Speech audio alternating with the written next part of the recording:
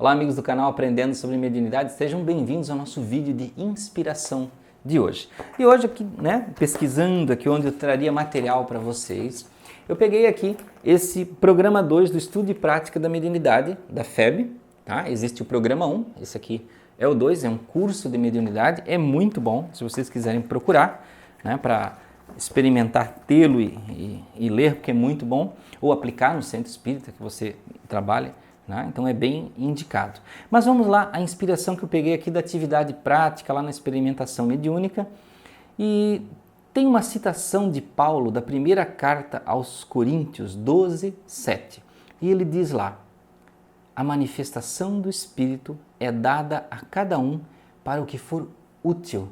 Então vejam que o nosso vídeo, o título é a mediunidade de cada um. Cada um tem a mediunidade de acordo com a sua necessidade naquele momento. Pode evoluir? Sim. Pode melhorar? Sim. Pode abrir outros tipos de mediunidade? Claro que pode, mas de acordo com a utilidade. Se você não tem, se você não pretende psicografar, por que iria se desenvolver em você a mediunidade da psicografia se você não vai se dedicar a essa missão? Então, cada coisa vem de acordo com a sua necessidade. E aqui tem um complemento, de uma citação de Emmanuel. Essas palavras do apóstolo se aplicam à prática mediúnica. Nesse sentido, esclarece Emmanuel: quem possui a faculdade humilde, aquela mediunidade mais simples, no campo das inspirações, não a despreze, porque o irmão mais próximo seja detentor de qualidades mais expressivas. Trabalhe cada um com o material que lhe foi confiado, convicto de que o Supremo Senhor não atende no problema de manifestações espirituais conforme o capricho humano, mas sim de acordo com a utilidade geral. Ou seja, Deus nem a espiritualidade desprezam recursos espirituais. Então, se tem alguém lá na Terra encarnado, e você deseja desenvolver a mediunidade, tem que existir lá em cima um trato, de por que você vai ter a mediunidade. Você vai desenvolver essa mediunidade, você vai utilizá-la para o bem? Ou você quer ter a mediunidade só para dizer, eu sou médium, eu tenho percepções extrasensoriais? Gente, isso não serve para nada, não serve para coisa nenhuma. A mediunidade realmente ela tem que ser ativa, ela tem que ser útil na nossa vida. Então eu costumo sempre dizer, mediunidade não está lá para fazer você sofrer, só para ter o espírito perseguidor através de você. Você pode sim utilizar ela para ter percepções no mundo, para entender as coisas, para saber o que está ocorrendo na sua vida e você aprender essas captações. Então, vejam, tudo vem de acordo com a necessidade. Se você quer desenvolver, tem um foco, Tem um foco, eu vou desenvolver a mediunidade porque realmente eu gostaria de me aplicar a tal missão. Eu quero psicografar, então eu gostaria de desenvolver. Mas você, é claro, como dizia Kardec, tem que ter o germen desse padrão de mediunidade. Não adianta você dizer assim, mas eu nunca senti impulso nenhum na mão, nunca tive uma inspiração mediúnica e de repente você resolveu que vai treinar para psicografar. É possível se manifestar? Existe uma possibilidade de acordo com a sua determinação, a sua predisposição, uma série de coisas. Mas a gente tem que sempre entender que tem que ter um porquê e uma necessidade. Muitas pessoas, como eu falei já, sempre falo em alguns vídeos, vêm com um foco em uma missão. E às vezes a mediunidade só atrapalharia a sua missão. Ter percepções mediúnicas mais prejudicaria do que ajudaria. Então, às vezes a pessoa vem, por exemplo, com a missão de cuidar da família, de ter um entendimento com a família. Por quê? Porque lá atrás teve prejuízo, não se relacionou bem, tiveram desafetos, então vem com esse foco. E de modo geral, esse é o foco primário de todas as pessoas, se entender com as pessoas à sua volta. Então, se você quer desenvolver mais a sua mediunidade, buscar entender, você pode fazer isso.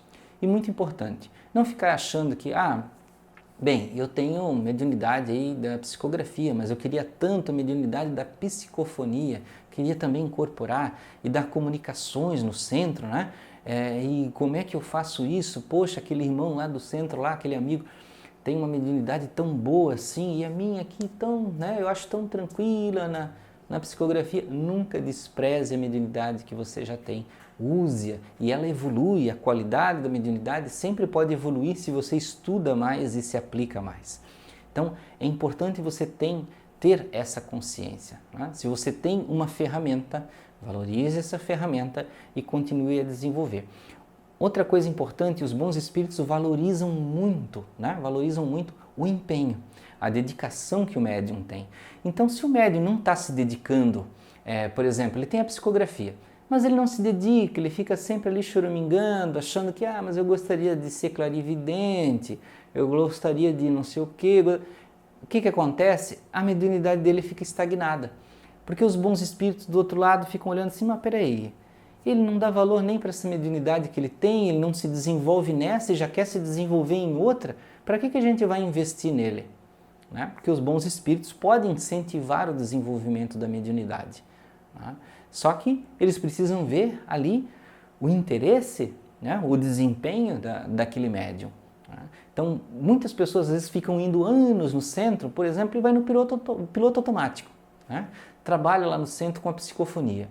Então chega no centro, dá sua comunicação mediúnica, o espírito fala através dele e vai para casa. Ele nunca pensa sobre a comunicação, nunca tenta, por exemplo, entender alguma coisa que o espírito estava pensando.